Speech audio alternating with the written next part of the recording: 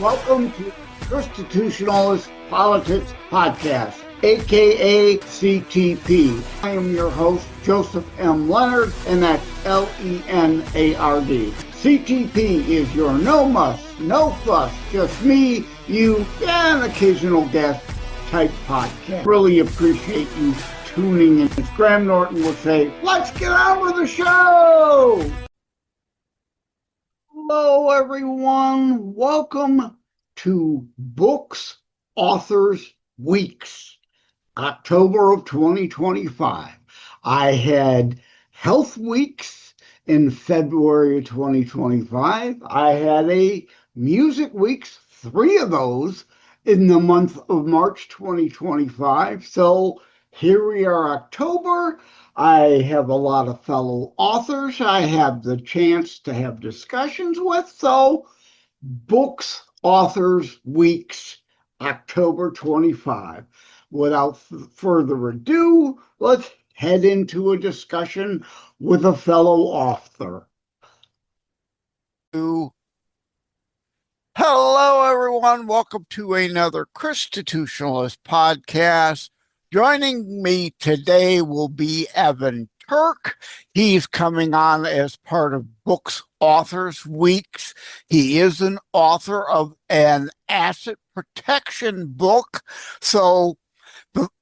and other things to talk about. But since it's Books Authors Week, we'll start there. But before we even get to that, where were you born and raised, and where are you now, kind of stuff?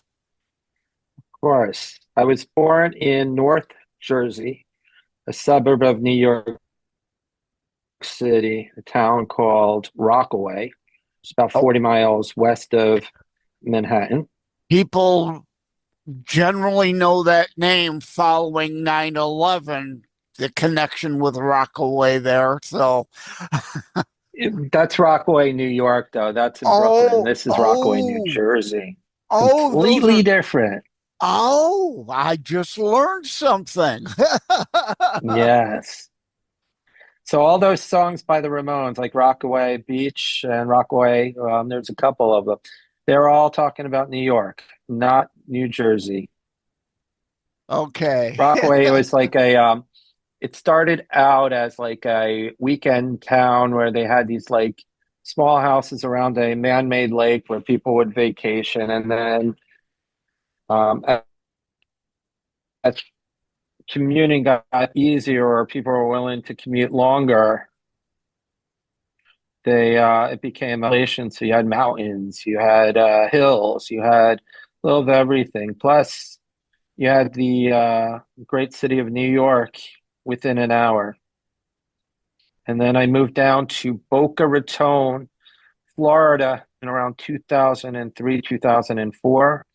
I went to law school here in Fort Lauderdale at night. I ran a financial company during the day.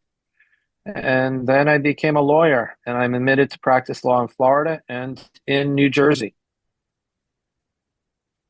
So I'll try to avoid the Jim Carrey liar, liar movie jokes. You can do whatever you want. I'm a guest on your podcast. Remember that. You call the rules. All right. So, indeed, what is the book title and what motivated you to write the book? It's called Asset Protection by Design. I would give you a much sexier explanation as to why I wrote it, but the truth is what the truth is. I was a younger attorney at the time. If you could look at the picture on the book, for those looking that's how young I was. Yeah, those looking behind the scenes video, they could see you held that up. Audio there. Whatever. All right. So for people in the listening audience, I'm now 48. I took that picture probably when I was 31, but I caught up to looking like I'm 48. But when I was 31, I didn't look like I was 31 yet. So I just caught up really quickly in my life. But when I wrote this book, to answer your question, it was not towards the 1% of the population that owns businesses and multi various businesses, and they're sued and they want to be protected. This is for your mom and your pop, your aunt, your uncle that has sacrificed their entire life, and whatever their fortune is, however little it is or how great it is, it's everything. And if they go through a divorce or they go through a lawsuit, they can never replenish that money. That's my audience, and that's why I wrote it. And what I wrote it was in a format that I learned best in when I was in law school. There was these books they were called example and explanations. So that's what I wrote. I took every concept that was a little complicated, I simplified it, and then I split it and broke it down into an example and an explanation. I think people learn best when they understand through explanations and examples rather than just reading what would be otherwise a boring textbook. Yeah, broad, general hypotheticals, Yeah, right? If you can somehow relate it in a way that at all relates to them, yes, it obviously is easier to grasp then. correct. Exactly. And being involved in estate planning, obviously, you've run into examples of where people have gotten themselves into trouble and the estate isn't Yeah, what it was anymore. And yeah, this is how I make a living. About one half of my living is preventing problems, and it's not that expensive. The other half is fixing problems. That, my friend, gets expensive. yeah, it's sad to say. And also, I meant to say at the top of the show, this show is going to be different because most of the books and the authors I've had on have been fiction. So we're dealing nonfiction, real world kind of stuff here. Very different than the other shows, and one of the reasons why I Yes. wanted to have you on as a variety from the all, so it isn't just all fiction books. But you're right, human nature, unfortunately, it's why it's a Christian show. I repeat over and over. It's why Jesus said the poor will always be among you. He wasn't trying to make an economic or a governance statement. He was making a human nature statement. We all are lazy in some aspects of our lives that we should pay more attention to and do more. And there are some people who will just do the bare minimum possible in any endeavor and expect others to take care of them. So it's a human nature laziness. It's like, oh, things are going okay. Let's not upset the apple cart. Let's just let things go. And as I say to people, hope is great. It's wonderful. We need more hope, but it's not a strategy, right? Uh-oh. No, that's for sure. And I believe when you do God's work and you do the right thing time and again, you don't really need hope because you're blessed and you do the right thing, and the blessings are exponential. But Yeah. once you start putting your own self-interest ahead of everyone else's, you then wonder why you can't get ahead. Yeah. And even this is a fallen world. I mean, Jesus isn't meddling in all 8 billion people on earth affairs every minute of every day.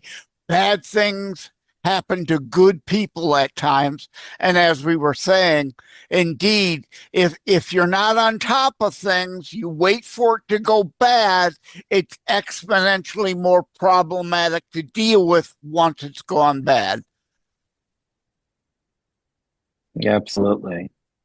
Very true. I So always the say to people, I'm sorry, go ahead. no, go ahead and finish your thought. Okay.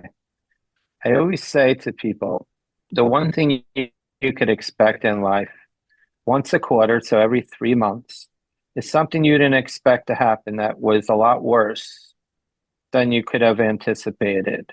You got fired, or a check bounced, or a family member got sick, you're in a car accident.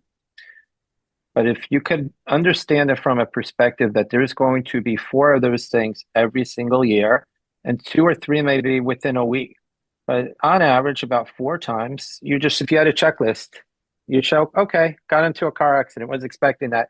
Am I healthy? Yes. My car totaled? Yes. Is it going to cost me money? Fine. But I'm healthy. I'm okay. Check. That was a bad moment. Now you can move on instead of playing the victim and say, woe is me. I can't believe that happened.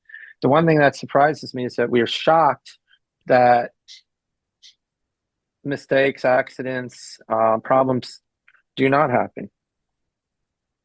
Yeah, I like what you said there. Exactly right. A lot of people, that's another part of human nature, right? It's always somebody else's fault, the victim mentality, right? Something goes wrong.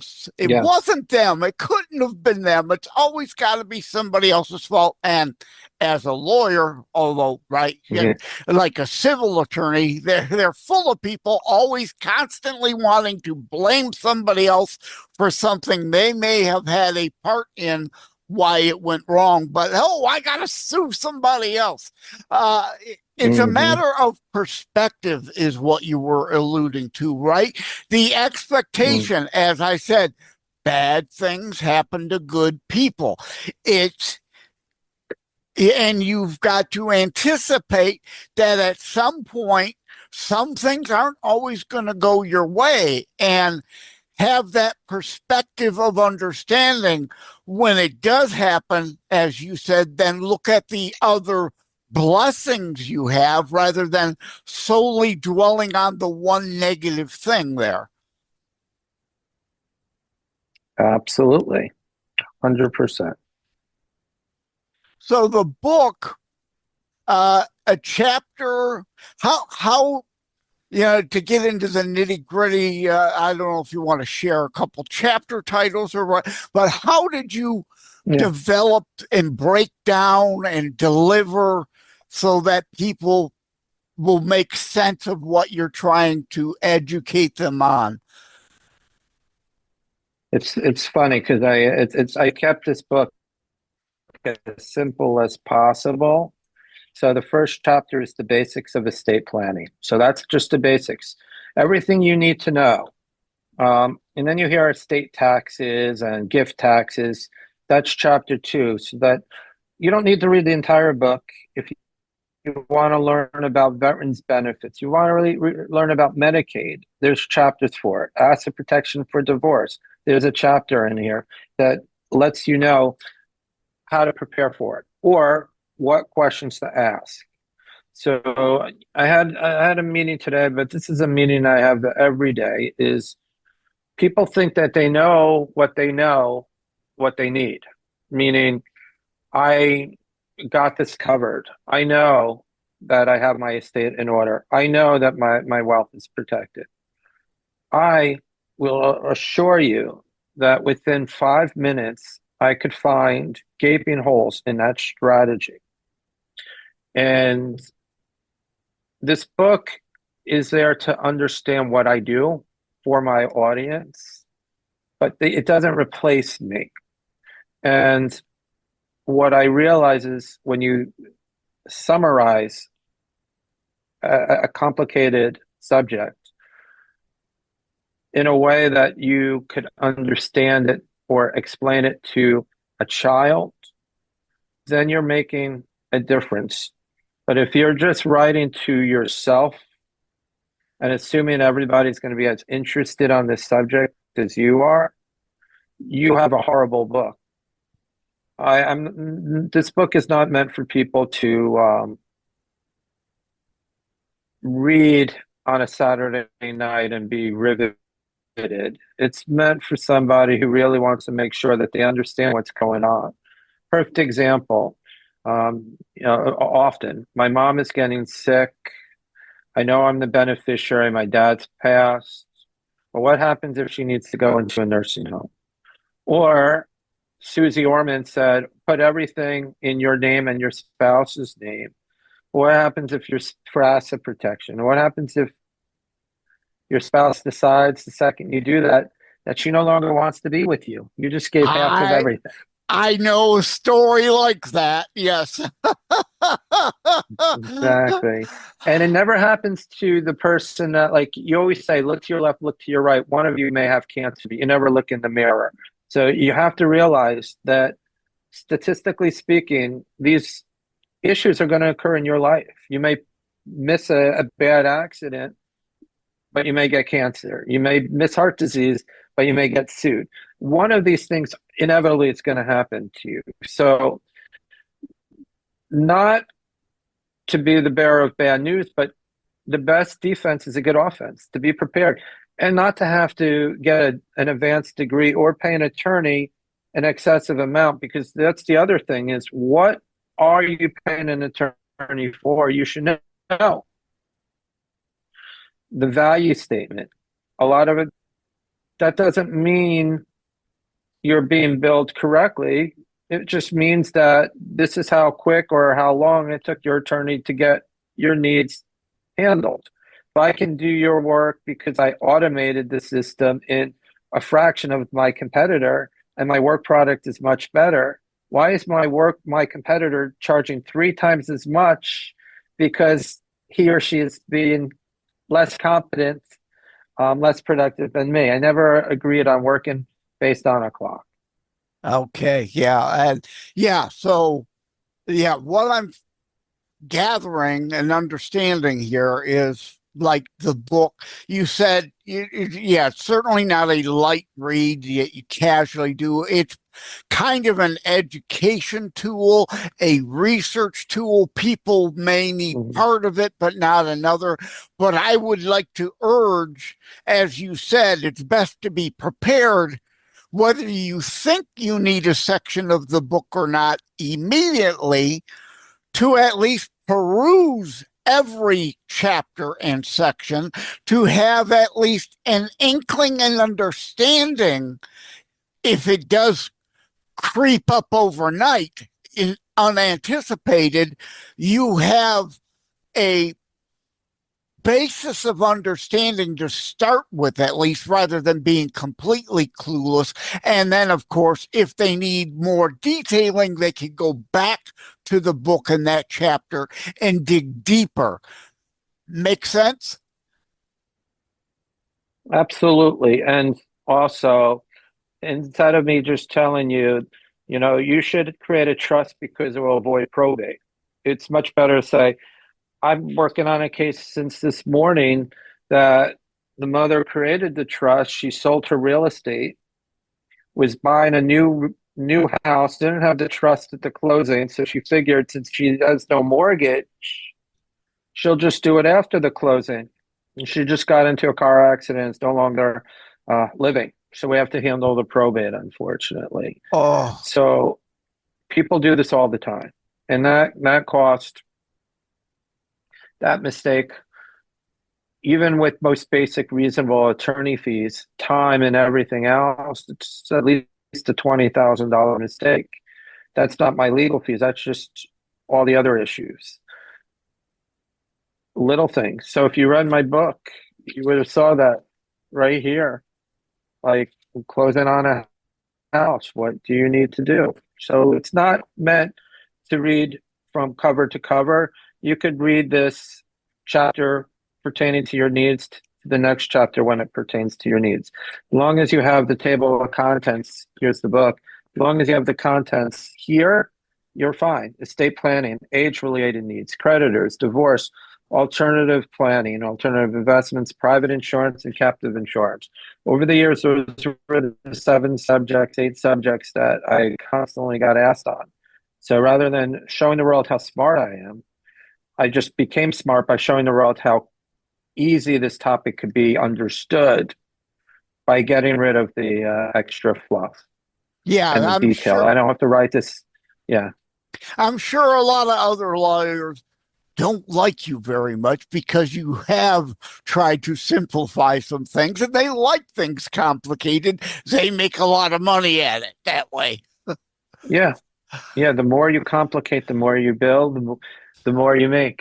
It's an unfortunate system, but if you do good work, um, and you constantly focus your efforts on good work, you don't have to search for new clients as much, not as often. So you get the money, you get a better client base, and you sleep at night. What a concept. Okay, so that was asset protection by design, which covers a whole lot of other things. One other thing I seen on the we came across each other through a service called Podmatch. Guests and Mhm. podcasts come together to find guests or find a podcast. In fact, in your case, I think you reached out to me, Matt, rather than me reaching out to you, which I'm glad you did. Uh, or maybe I'm thinking of somebody else.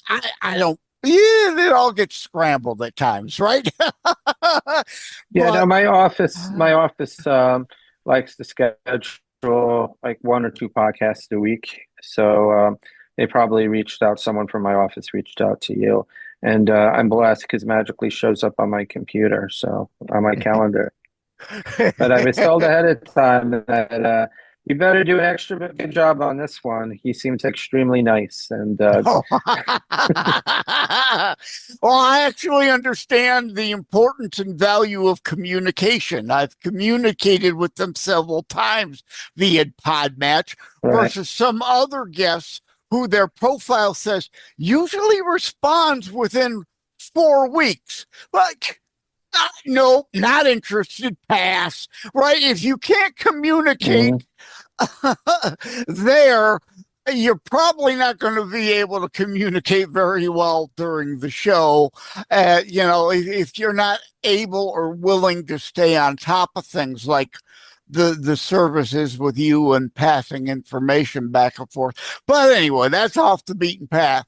On the Podmatch thing, there is a guest tag, freedom of speech and politics. Well, the freedom of speech part, obviously, kind of what caught my additional attention. What aspect or regard or what made that seem such an important thing and concern for you that it's listed on the profile?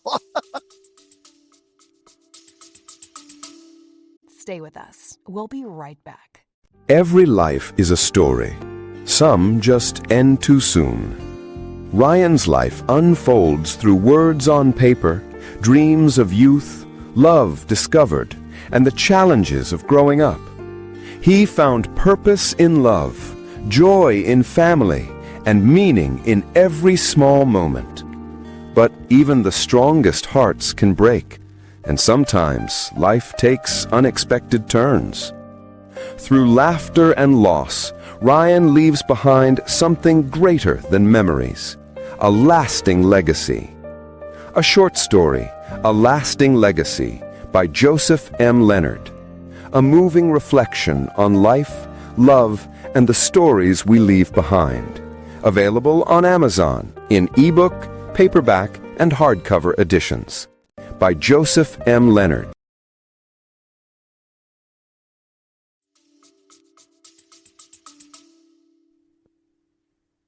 Well, I was asked to with a generous donation from somebody who's really well known nationally or internationally, absolutely, to create this charity for freedom of speech because of what was going on in the political world.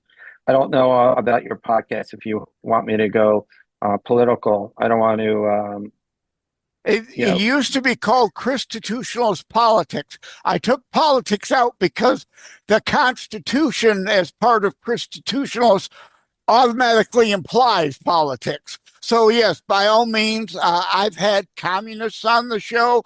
It's a Christian show. I've had atheists on. So hey, any and every opinion is welcome. I don't censor guests.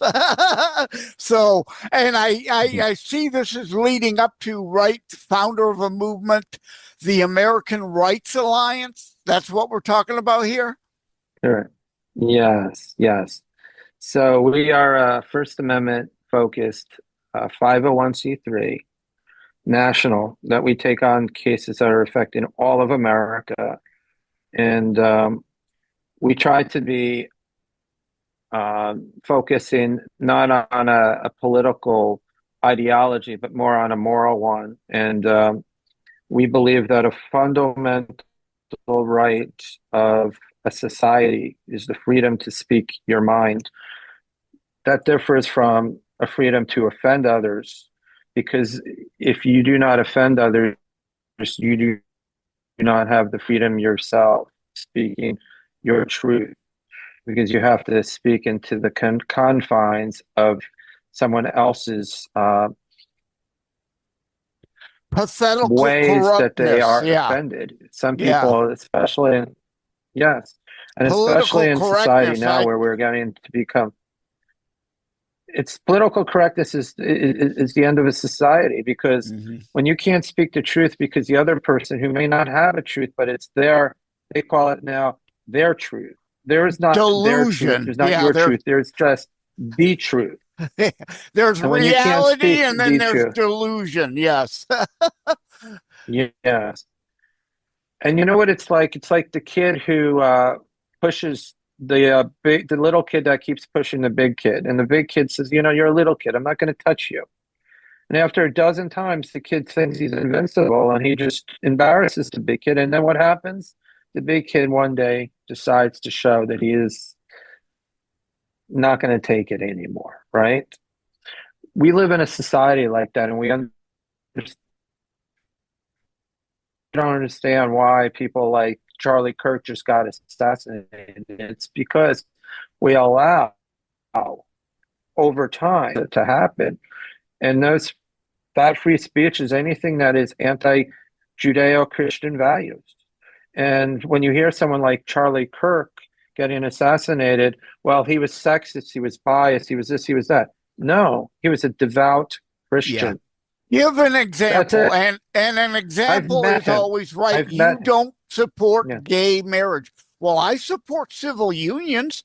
I have gay and lesbian friends. They're not what I coin gaytivists, engaging in gaytivism. That's a red line biblically that I do not abide by crossing, right? If you're pedophilic and attempting to recruit rather than just, oh, I'm a person who happens to be gay, please tolerate and accept that. I've got no right, because final judgment is for the Lord, not us. Condemn not, lest ye be condemned. But there are indeed red lines. So, yeah, I forgot where I was going to go with this, but that's where the homophobia comes in. If you won't support the destruction of marriage that's been around forever between a man and a woman, you're somehow sexist or homophobic, or right. And that's where those terms come in. They don't know. It's like gays and lesbians attacking Chick-fil-A for wanting to support traditional marriage. They're not against civil unions, which give gay and lesbians rights under the law regarding asset sharing. Health care is a big issue because of HIPAA laws, right? A spousal benefit without destroying marriage, but yet they will literally promote Hamas terrorists who would literally throw them off a building for being gay. The disconnect is just amazing. It makes no sense. Zero. And that's what the essence and the core of what we're doing. I'll talk about cases that we're representing. We have a woman by the name of Tina Peters.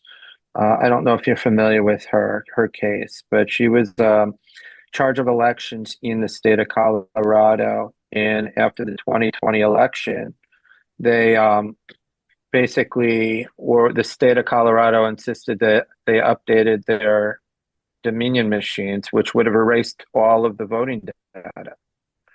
And because of the allegations that there was irregularities at best with the election, she didn't think to get rid of all the evidence that can possibly prove that there were irregularities would be the best course of action. So she sent that data to a whistleblower.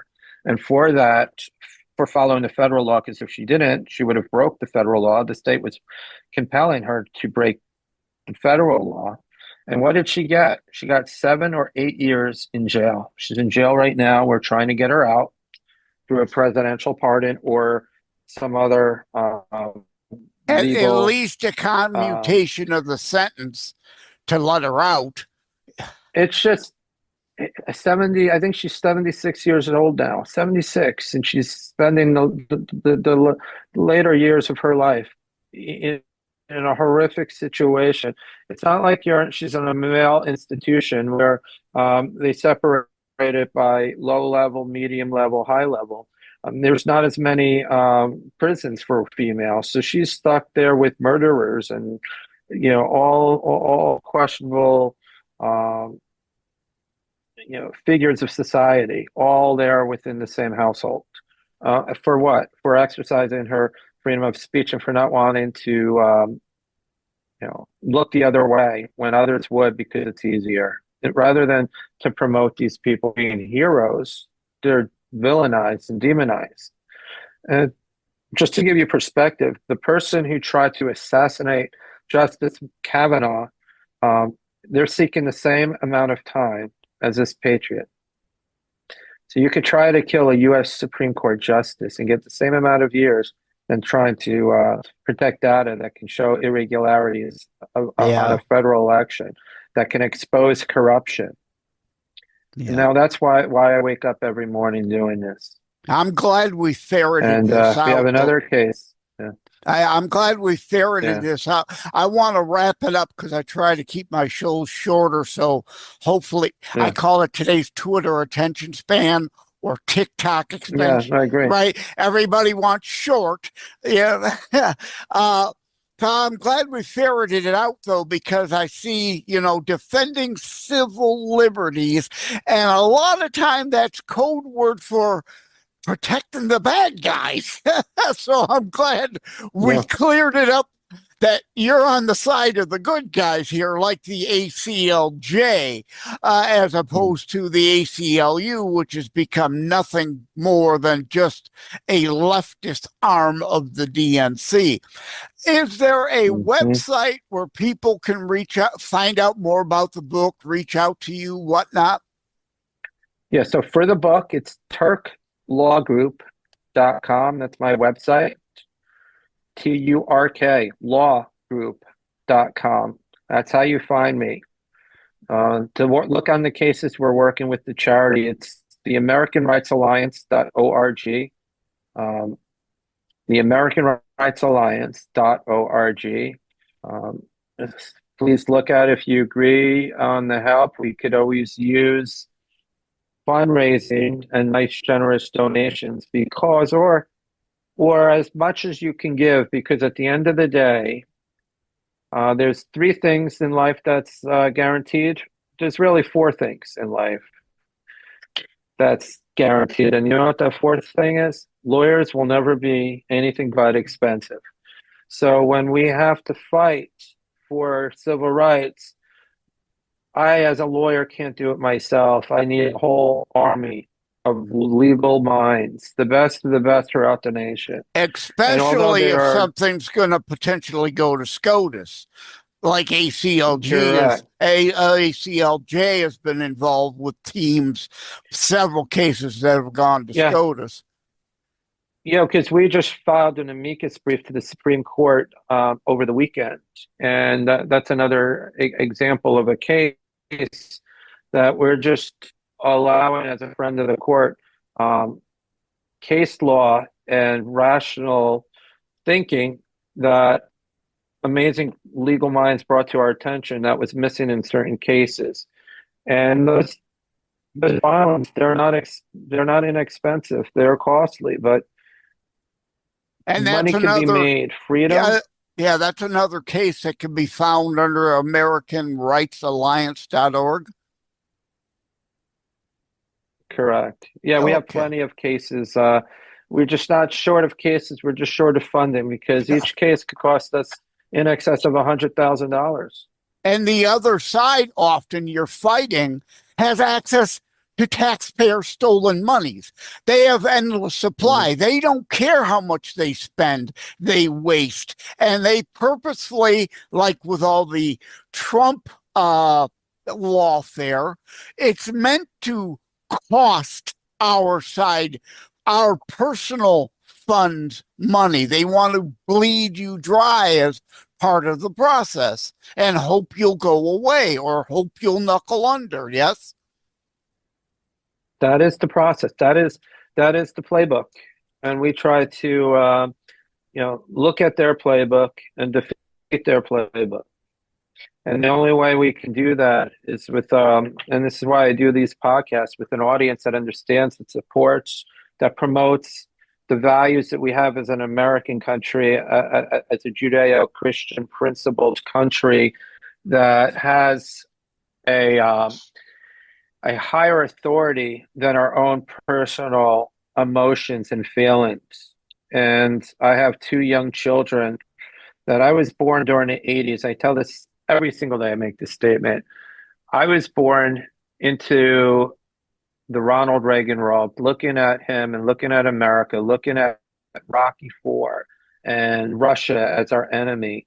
Right now, we can't agree as a nation on who our enemy is. We're looking internally. Oh, we've got a whole lot of people that are allied with our enemies. I often say a lot on the left have more in common with Al Qaeda than fellow U.S. citizens.